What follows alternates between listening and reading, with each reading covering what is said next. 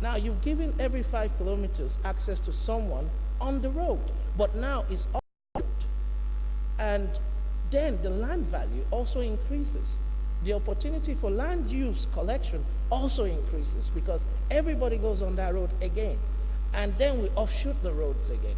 So my focus is that we need easy access to the business, but we can also create more access to other businesses wanting to join. Establishment. So yeah, we're very excited about it. A lot is happening, a lot is on the pipeline that we're about to launch, and we really are quite happy with the Ogun State infrastructures. Okay, well, thanks very much. Did you mention, because I can't hear you clearly, did you mention anything about the kind of things you're planning to do in the future? Sorry? Things that you're planning in the future, did I miss that? Yes, we do have a new plant that we're doing right now. We intend to be in the market within the next 4 weeks. By virtue of the fact that it's a new plant, I don't really want to obviously talk too much about that. But yes, we are having quite a lot of plants coming up within the near future. Okay, thank you. All right, John, Mr. Comentaros, who's the chairman of Flour Mills, another huge giant in the country and has been around for a while. And I kept that as a gas and a greater infrastructure point. Again, look at the theme. Agriculture is very, very constant in all we talk about. And like I said, if I was to ever put forward a value proposition for Ogun State, it would be, integrating agriculture into an industrial process. The reason why I left Mr. Dadala asked what we observed. I'm the state chairman. I was actually the national treasurer of the association, and we had gone. Government was summoned, and the issue was trashed out. And for me, one of the biggest problems SMEs have nationwide is the issue of multiple taxation.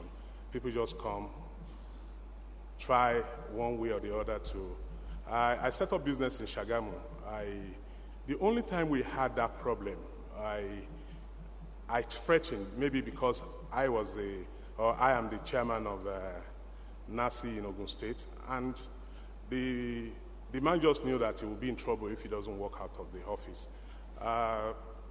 So far, so good for SMEs in Ogun State. One thing again we've noticed is the influx of SMEs into the state. Before now, maybe 5, 6, 8 years ago, rent was as low as 80,000 for a bedroom, 2-bedroom flat. Right now, you can't get rent for anything less than 250, 300,000 for a bedroom or 2-bedroom flat. That shows because I wouldn't have party to, and SMEs came from far and near. We could sense that so many SMEs even came from Lagos State and some other neighboring states, asking how they could come into the state to set up businesses here. In NASI, we have adopted a 3-pronged focus, that is people, processes, and products. For us, in that order, for us, the people are extremely important. They are more important than the process, they are more important than the product. And we have we're engaged in the strategy of exposure, reorientation, the strategy of station, and what we are seeing in Ogun State is really, really, really second to none. And we can't just do anything but to thank God that we're in this state. We're in a state like this, from 35 to number 4 in the index of doing business in Nigeria. That is quite commendable. Ogun State is a virgin land. It's a virgin land for doing business and for making good returns on investment. Yes, if I'm trying to engage, and this is a question is really thrown out of the floor, and anybody can deal with it, and it's really latching on to one of the things you said. What can you do? I'll call you all you majors. What can you do in trying to hook yourself back to the value chain and therefore SMEs and all the other small organizations, youth? There's a lot of talk about and excitement about getting the youth involved because it's their life, it's their generation that's coming on. what can you do to ensure that you plug in? You look at the quality of life in a state, it's how many people are employed, and are we employing the people that have got the energy, the innovation, and so on to get things going? So this is to any one of you. What can you do? What are you doing? What should we do to get that engagement? Yes, John.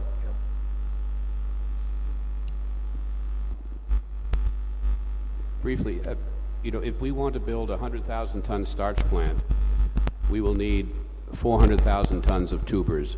We will need about 40,000 farmers to do that. Did you say 400,000?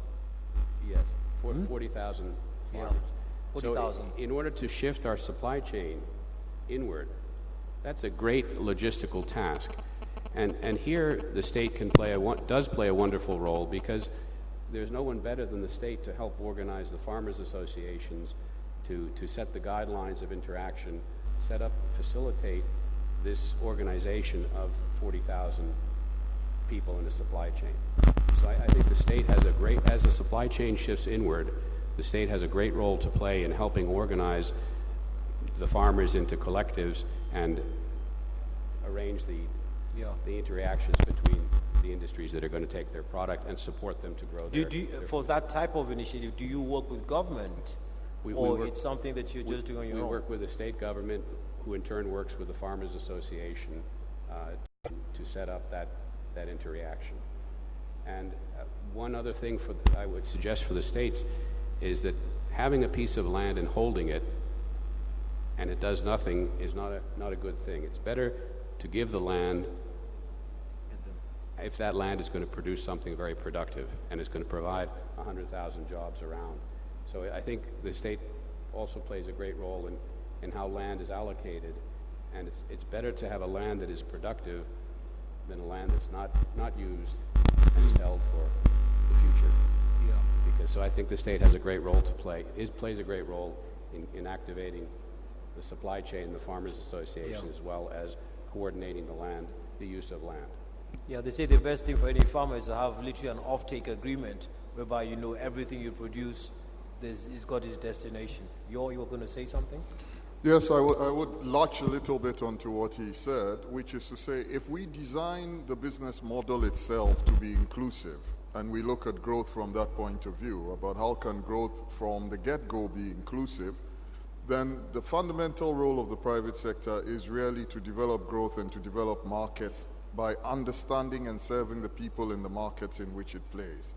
We should be wary of thinking about that we do business, and then when we finish, we think about how we contribute to society. I think the responsibility that we have is to define our business models in such a way that as we are actually doing business, the everyday business, we are improving the communities and improving the lives. I'll give you two examples from my own experience.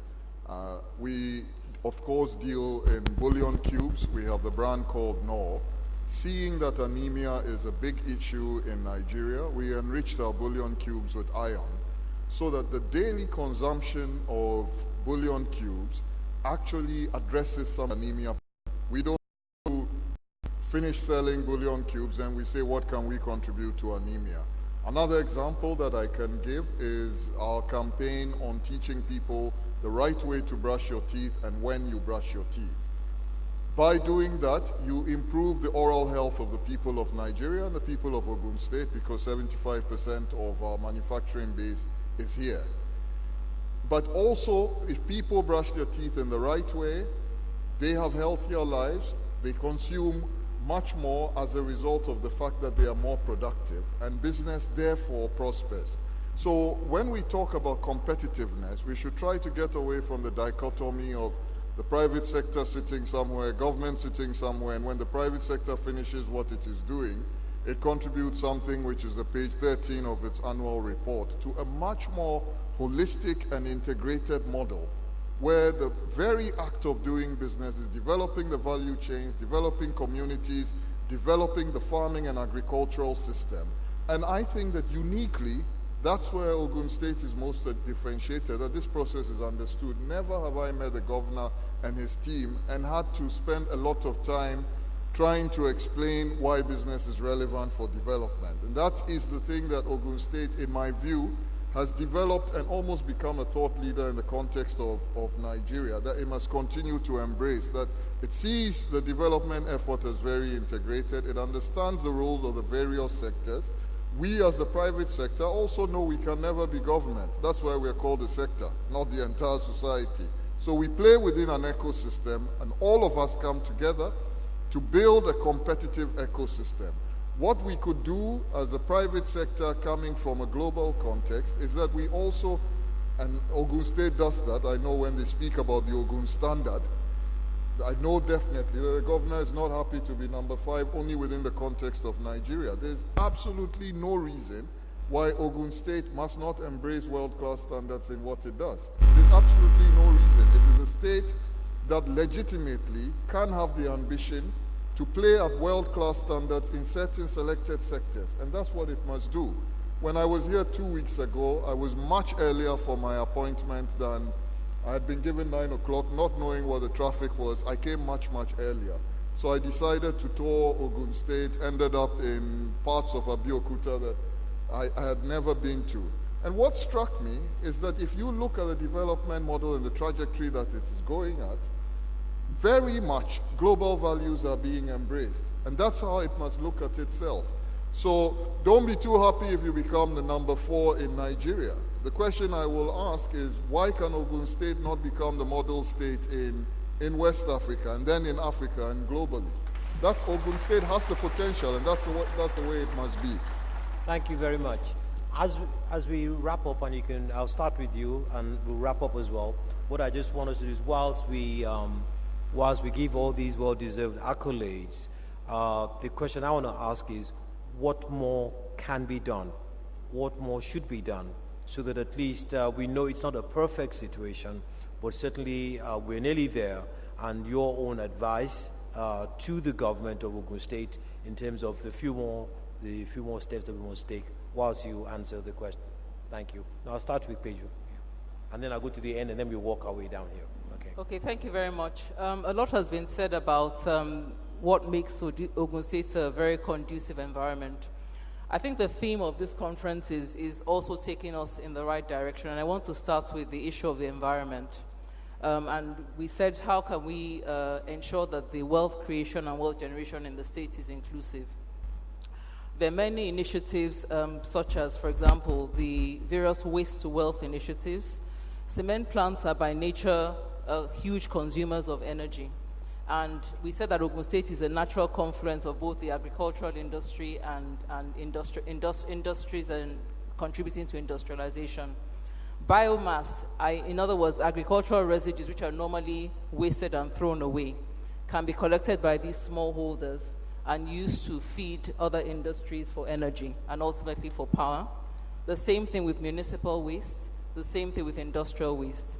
So I think one thing the government can do is to put regulations in place to enable the collection of these various waste streams, and we can actually use that to empower and enrich the state. So the first is looking at how we can generate more wealth from waste to energy. The second, I would say, is in terms of tourism. Many of you may not know this, but Lafarge has 2 excellent golf courses in Iwekuru and Shagamu, and people come from all over the country to play golf at these golf courses. We can continue to develop the hospitality industry, given that Ogun State is so close to Lagos State and Ibadan. And in fact, many people from those states come to Ogun State at the weekend. So I think the area of tourism is another big area in which we can continue to see improvement. The third, of course, which has been mentioned, is continuing to ensure that we reduce all levels of multiple taxation. And we continue to make this a very investor-friendly state. I must say that Lafarge is very impressed with the close collaboration with the government, and as has been already illustrated by this forum, we're very willing to be ambassadors for Ogun State, not only in this country, but also internationally. We're invested in many states in Nigeria. We operate all over the country, and we have to say that Ogun State is very progressive in terms of thinking, and in terms of creating a very business-like environment. So Lafarge is very, very amenable to being an ambassador for Ogun State, not just in this country, but also outside the country. Thank you very much. Thank you. So in wrapping up, what more can be done, and then we'll just move all the way down here. Thank you. I think for me, where we can go from here, or what we can add, or what they can do better. I think power has been said by all. I think power has become an issue, but power is also not an issue, because if you hear every major player, they all have their own power plants. We've just invested also in additional 10 megawatts of power on gas, and I'm sure everybody here has so many investment on gas power. And now, but for a business to actually grow within any community, you actually need to actually try and see how you can reduce capital costs. Now, capital cost in Nigeria is high because certain costs are added that's not really supposed to be part of the cost, which is infrastructural cost. Power, road, water, those are infrastructural costs. They're normally not a standard investment cost. Now, how do we encourage people to want to invest? Those three need to be watered down, or the costs need to be watered down. And that means either I cluster power, and that is all being said now, especially in government. Now, but I think the difference there is that Ogun State is the biggest industrial zone and has the potential to be the number one in not only Nigeria, in West Africa and the rest. But to do that, it also needs to break the barriers of these power infrastructure issues. Now, my own suggestion is, I'm happy to hear Lafarge has going to 300 plus. I'm happy to hear Flour Mills has. Now, the guarantee I can tell you for a fact, and they would admit to me, majority of them are not using the full power at any point in time. Now, that means they've got excess capacity. Now, what do I do with some excess capacity? I can sell the excess capacity. I can use it as a cluster around me to create more businesses that use that power. Now, we need to move away from and decentralize this power use. If I am next door to you, I don't have to invest in the same power that you have. I can share the power. Now, the problem we're having is the regulations in that area are so tough on the federal side that the state needs to break it down. Because I did know even Ogun State tried doing its own distribution. But it's so difficult. We're moving from monopolies of government to private sector monopoly, and then regulating private sector monopoly. It doesn't work. Now, you need to deregulate, which we have. Then our state needs to make sure that this power can be shared. So if I've got 10 megawatts and I'm actually only using 5 megawatts, and the next 2-3 industries need just 2 megawatts, let them be able to come to the guy with the excess power to utilize, rather than invest again in additional power loss. You have environmental effect of all this. So you can break down infrastructural cost by sharing those key major investment costs with clusters. It makes it cheaper. So I can go from a 10 billion investment, that 2 billion of that is power, to 8 billion investment of 500 million additional cluster. You've broken down the cost. Yeah. So it's about, investment is not only about entertaining people or bringing them in. It's also trying to bring down the cost of entry, the cost of startup. Even for the SME, they might only need 500 kV. Yeah, but because you've got this cluster, you can sell it to the others. Thank you so much. And that's a brilliant one in terms of trying to see some shared services which the government can actually drive. And I think that's an interesting point. Zadigunwa, and then John. Yes. We've got to keep it short because the compare the MC is looking at me from the corner there. Yeah. Yeah, I think it's, the main areas have already been touched upon. For us, really what I'd ask for more is a gas pipeline, because currently right now we don't have a gas pipeline, so the cost of energy is high. You have to have compressed gas, and naturally you'll understand that's expensive. So the assistance we would appreciate is if we can have some sort of assistance to get a gas pipeline put in the Jabu-Osasa access. That would be excellent, Your Excellency. Thank you. Okay. John, yeah. Well, I think that following the previous two comments, I mean, gas would be excellent, and working in clusters, I think, is a very important thing. We must focus on things. We have a lot of homegrown industries that are here. We should be asking Unilever what could be made in Ogun State that's being imported. We should be asking flour mills the same thing. What businesses can we build around the businesses that exist and use those clusters to develop further things? Because there's a lot of economic growth and activity that can be, you have to build it around spheres. And I think we have very good infrastructure. So a lot of focus and seeing what we can do to grow more. And perhaps some metrics for the state government people. How many jobs have we created? What's our GDP growth through investment? A lot of metrics to really drive job creation and GDP growth. Thank you. Mr. Dada. As chairman of the Nigerian Association of Small-Scale Industrialists, we are more focused on the value chain creation and sustenance for the benefit of our members, because we believe that is where we find most of our members operating. Both that's when we're talking to majors like this, both forward and backward. And in doing that, we have decided to go the way of capacity building and skill acquisition for our members. Why do we have to do that? We need to boost their knowledge of global trends and adapt for them to adopt global trends. Not just because we want them to operate in the international market, to gain access into the international market, but for the benefit of the domestic market. I'm sure of one thing: Leventis will not see bad pork in the market in Nigeria come to Nigeria buy just because they have to buy it in Nigeria. But getting our members to adopt those global trends in production, in manufacturing, even in retail and wholesales matters a lot to us. And that is where we call on the government and even on the majors to come in to help see how we can introduce capacity development programs, skill acquisition programs for our members, especially in Ogun State. Thank you. Thank you very much. Yo. Okay. I tend to look at logistics in three chunks: the logistics of inputs, logistics of consumption, and the logistics of disposal. Now, I think the inputs and consumption bit, we have tended to focus on a lot as business. The logistics of disposal in Nigeria needs more work.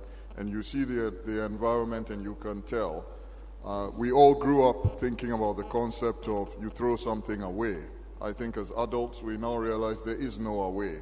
So you have to think very carefully and deliberately about how you protect the environment from all the commercial input that comes from manufacturing, etc.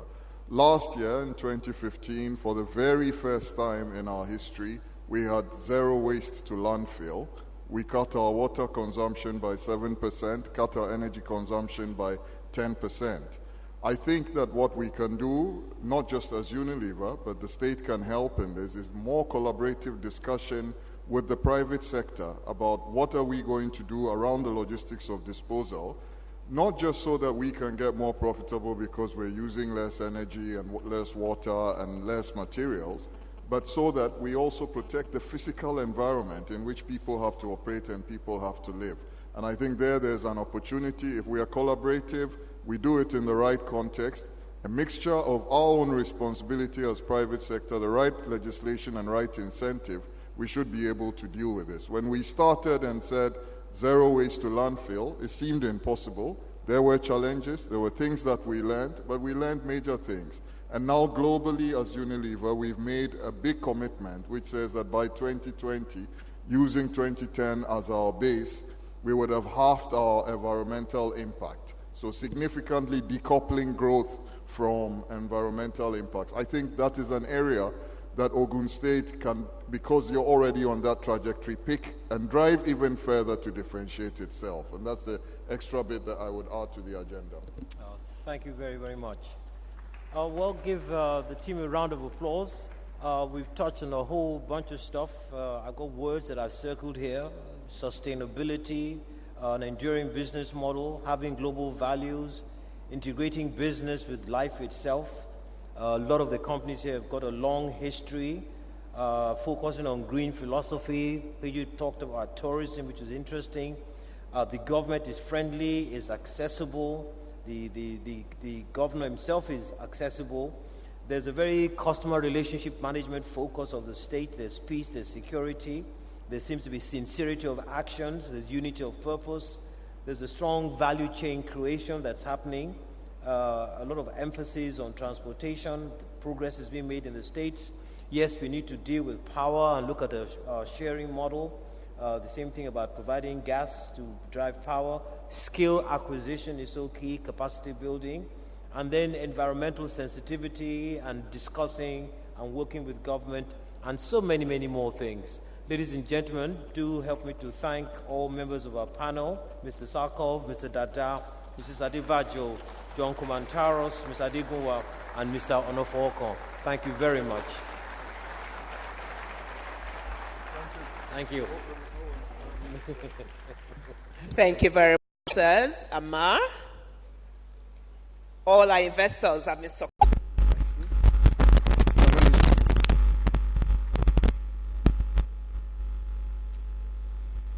Jim, John. I'm Mr. Dada. Thank you all.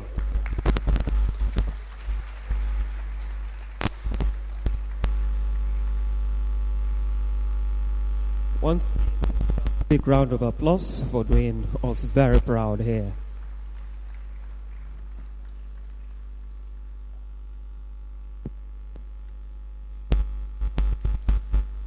Distinguished ladies and gentlemen, we're going into our next session, which is the question and answer session. Economic diversification through agriculture. But just before then, permit me to recognize the presence of Her Excellency, the wife of the Governor of Ogun State, Dr. Mrs. Olufunsho Amosu. You're most welcome, ma'am.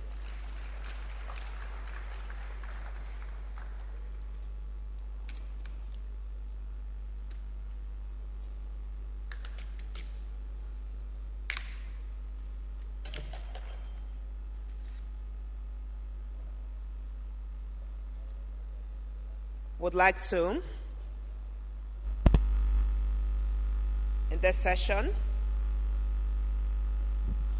the Honorable Minister for Agriculture of the Federal Republic of Nigeria, Chief Audu Ogbe, OFR,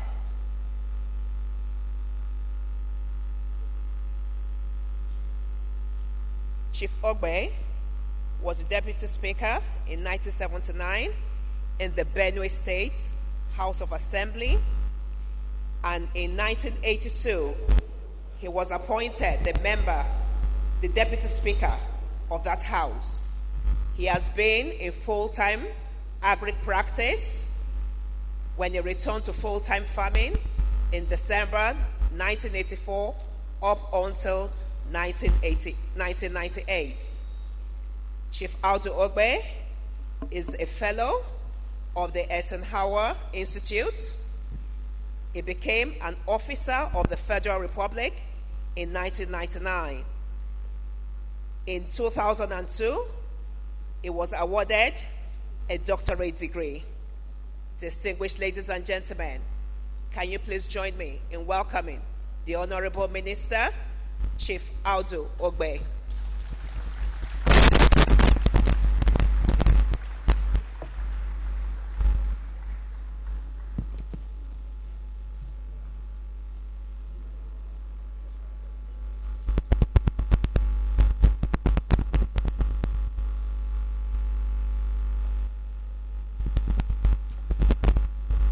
Your Excellency, the Governor of Ogun State, Your Excellency, the First Lady of Ogun State, Your Excellency, Mrs. Obasanjo, distinguished participants, ladies and gentlemen. I am told I have two places on this podium. I begin here, then I move over there for the question and answer session.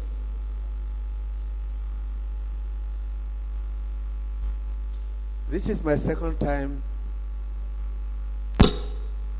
participating in this forum. And the last time there was a former president of Mexico, Mr. Fox, and we enjoyed looking at the achievements in Ogun State. When we describe a state as a pace setter, it is because that state has embarked on innovations which many others are bound to follow, whether they like it or not.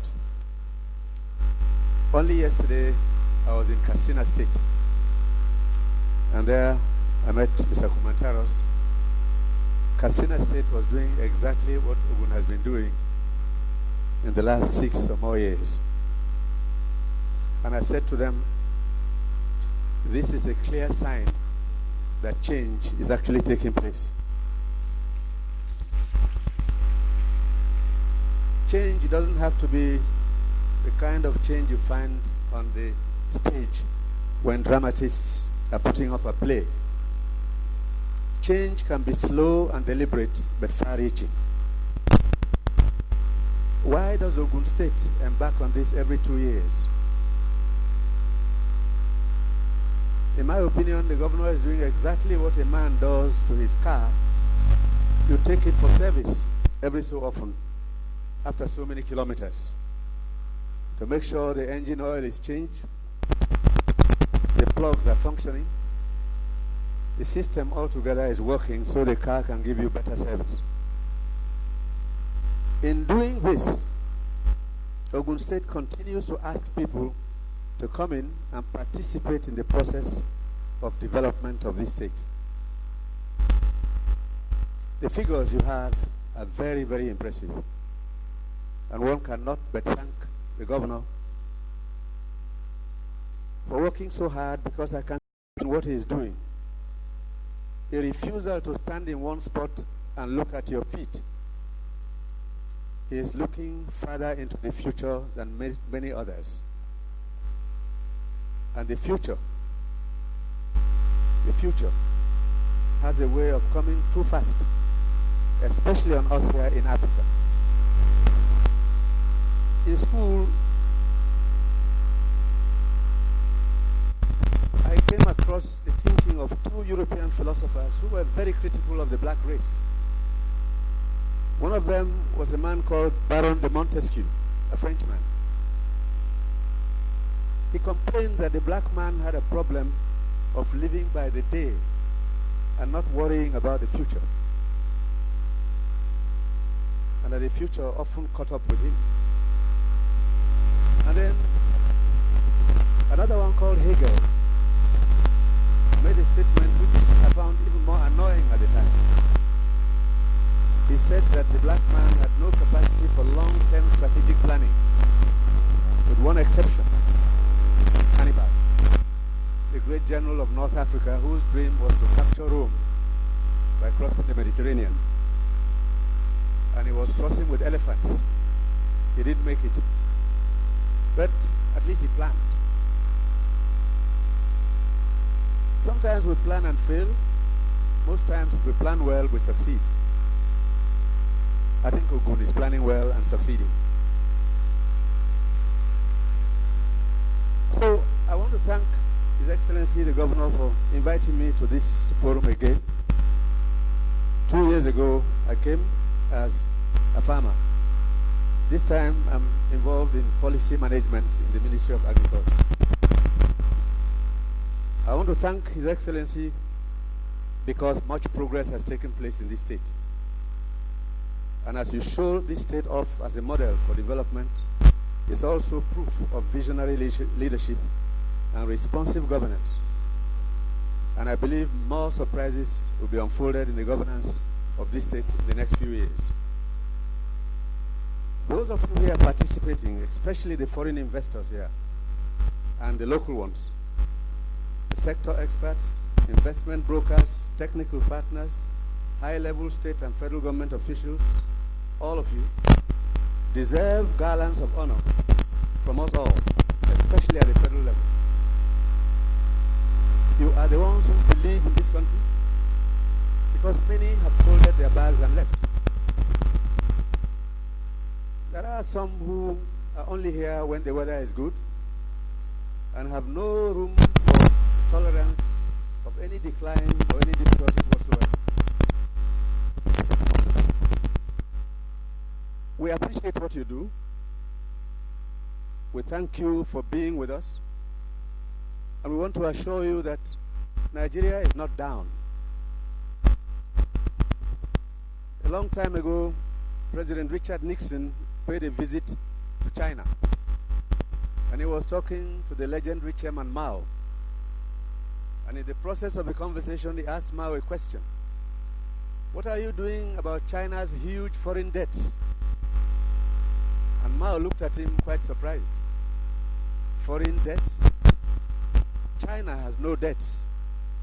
China only has delayed payments.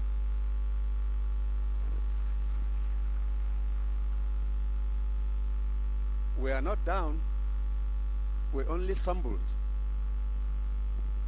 And while we stumbled, those of you who remained are the ones who came to lift us by the hand and say, my God, I hope you didn't bruise your knee. We thank you for that. We shall be back. Make no mistakes about it. But like our people say often in the village, when you stumble and fall, don't blame the stone on which you hit your nose. Look behind and see what made you stumble. And we will look at that very briefly without necessarily degenerating into lamentations and complaints, because doing that would be wasting time and energy. Agriculture, environment, transport, and agriculture are interrelated. The farmer must farm in such a way as not to damage the environment. The farmer needs transport to. Now, we have to return to reality. Oil and gas have served their purposes, but that era is gone, and I hope it doesn't return to the good old times. Because if it does, we have a knack for forgetting very quickly what yesterday was like and what the future can be. So, when this state invites us to talk about this topic, we are delighted, because when people gather to analyze their problems, ask where they went wrong, decide what to do to improve, it is a sign that they are thinking. And thinking has not been that easy for us to carry out. Where is the problem then? What should we do that we haven't done? We should have invested oil revenues in developing agriculture like Malaysia did, but we didn't. We should have remembered that there was a civil war in this country that lasted 3 years. Then I was a young man at King's College, Lagos. I remember there was a man of great fame, Chief Obafemi Awolowo, who was also finance commissioner. I remember then that there was no oil and gas because that was the theater of war. I remember that the war cost $1 million a day for 3 years. I remember that we did not borrow a dime to finance the war. What did we do then? Chief Awolowo simply decided, with his permanent secretary, one Abdul Atta, and Yakubu Gowon as head of state, that reckless importation of luxuries could not be tolerated when a country was in crisis. No new cars came in here for 3 years. No air conditioners. No television sets. No fine wines and champagnes. Nothing of the sort. From proceeds of cocoa, cotton, groundnuts, palm produce, and so on, we financed a war which otherwise would have been impossible to finance. We bought tanks, jet fighters, heavy guns, and so on. We paid salaries of our workers. Nigeria did not collapse. At the end of the war, we bounced right back and took off where we left off. Today, that doesn't sound very appealing. There's anger everywhere that we're no longer importing as we did. People insist that rice must keep flowing from Thailand at the cost of $5 million a day, and wheat and palm oil from Malaysia, which took the seed from here in 1961, and tomato paste from China, some of it of rather doubtful quality, and cookies and biscuits, and milk, and sugar, and even toothpicks.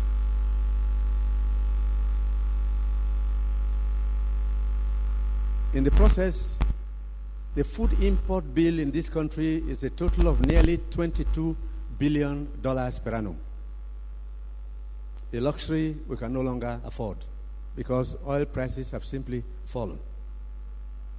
So a nation suddenly discovers her nakedness, her inability to feed herself, and discovers that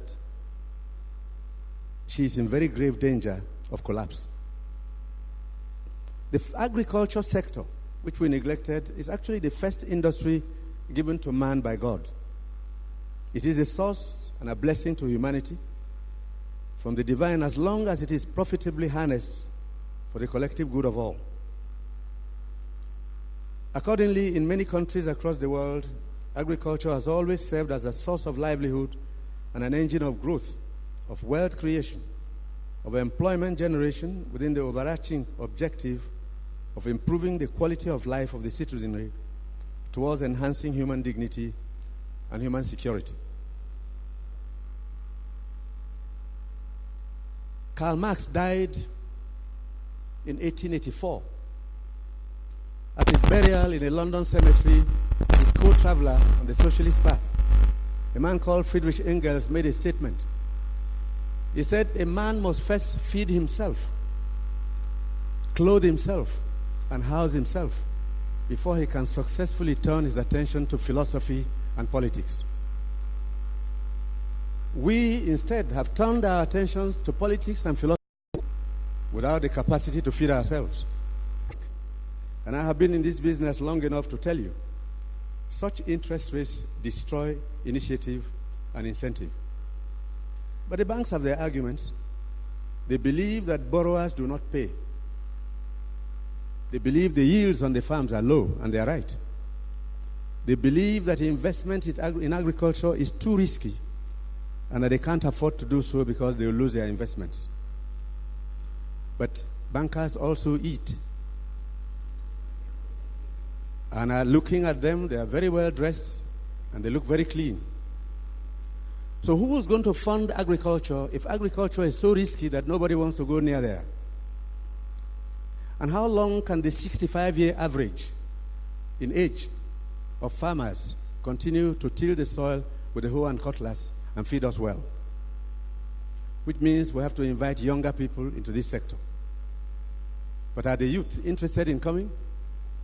Is agriculture as sexy as ICT or as the movie industry or as the music industry or as a good job in the factory or even as attractive and seductive as the illusory terrain called politics, as dangerous and unreliable as it is?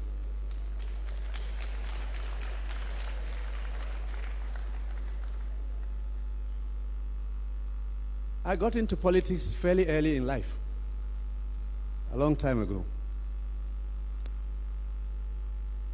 And I assure you, of all the dangerous professions on earth, there's nothing like it.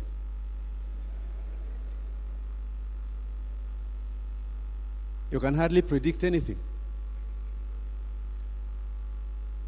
Your election promises are hopes, which you cannot be sure to fulfill because you do not know what the economy will be like the day you're sworn in. And the public holds you to your word. So for those like Governor Amosun who have succeeded in getting this far, again, I want to congratulate you because they're tough terrain.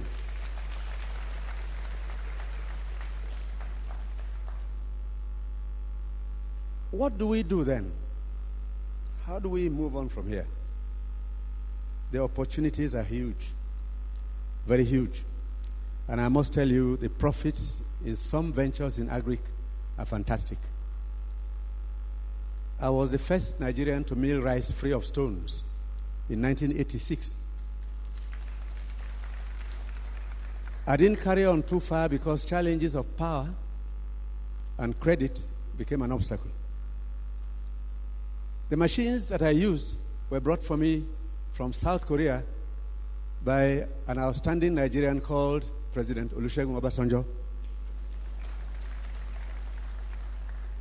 I installed these machines in Makurdi, and I was delighted to see people come and mill their rice because we were the first to have destoners in the rice mill. And I liked it. I grew up on the farm from the age of 8. So it became an addiction, really. And then I planted cashew nuts, 14,000 trees. And then in a conversation with a Dutchman, I went into castor oil. The factory should be functioning by July this year, the only one in Africa. And then I followed my friend Obasanjo into poultry farming. And I have a hatchery. We do hatch at full capacity, not too large a number, 250,000 day-old chicks a month. And then I went into growing fish. We have a fish hatchery with a capacity of 3 million catfish per month.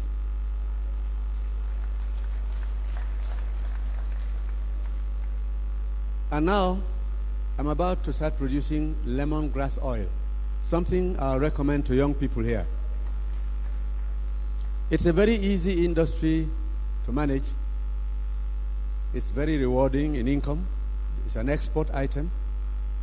But I also met a young man from Ogun State here not long ago who came to my house in Abuja and said, I don't want anything from you, sir. I just want to know you. And I said, what do you do? He told me he's a farmer. You are? Yes, he said. And that he sells foreign exchange. I said, oh, really? Yes. What do you grow? Believe this? Ewedu, Ugu, Pawpaw. Every plane leaving Lagos Airport for UK goes empty because Nigerians don't carry loads abroad. It's when they're coming back, they have too much excess luggage. So the cargo hold is empty. And he puts his goods there. And believe me, if he tells you the figures he earns from Ewedu and Ugu and okra and these vegetables, you will not believe him. He makes money. Good money. So young people, before you reach my age and acquire the gray hair on my head, let me say to you, you have to join and participate in agriculture. Why? Our population is rising very fast. By 2050, Nigeria will be 450 million, if not more. The world will have 9 billion people. Nigeria will have 5% of that population. Nigeria will be the 3rd most populated country on planet Earth. 75% of the population would have migrated to the cities, leaving 25% in the villages. Question I want to ask, can 25% of the populace feed itself and feed 75% in the cities? I doubt it. And since I'll not be around to worry with you then, how do you young people hope to feed yourselves? Because most of you will be in the city. Where will the cassava and the yams and the beans and the rice and the wheat come from? Where will the chicken come from? So in coming into agriculture, it's also in your own enlightened self-interest to participate. Ogun State is West Africa's poultry capital. And yet, poultry can't survive without maize and soybeans. And we're not growing enough maize and soybeans.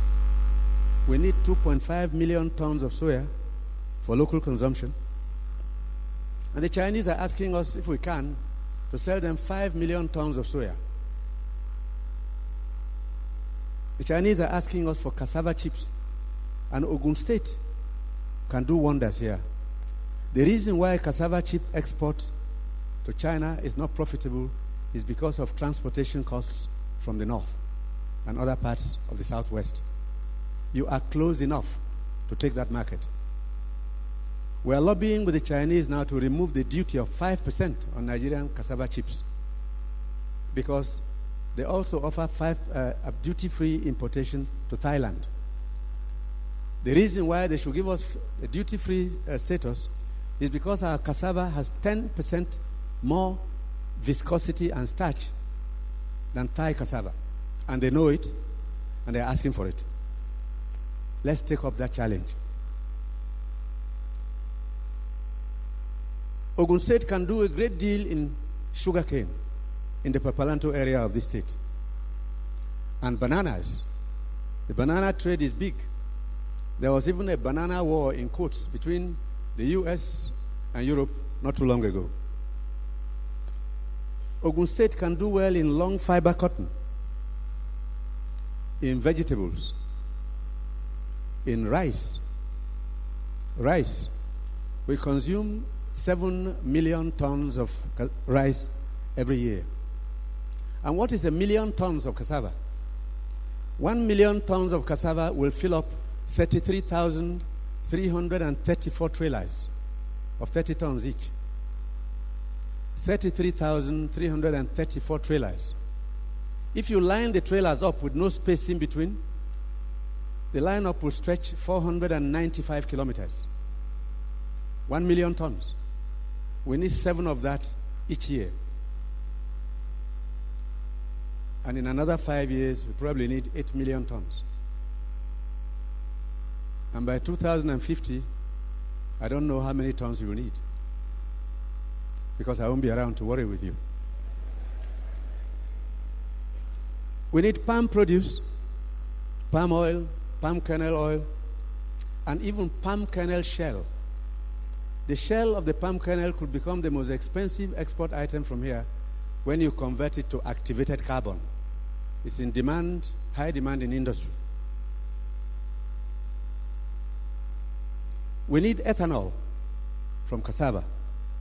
We need industrial starch, which Mr. Kumantaros mentioned. And to produce starch, we need a lot of cassava. You need 4 tons of